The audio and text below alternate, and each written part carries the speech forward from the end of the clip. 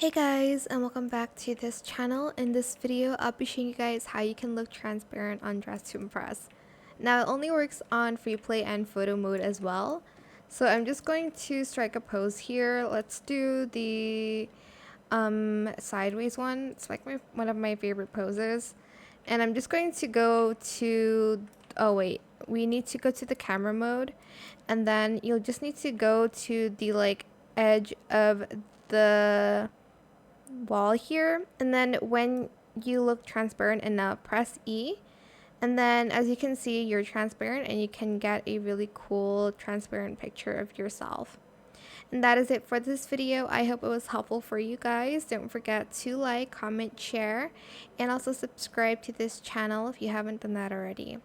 If you have any more questions about this video, just leave it in the comment section down below. I will try my best to answer them all for you guys. And if you found this video helpful, please click the thanks button as well. That is it. Thank you so much for watching. Bye.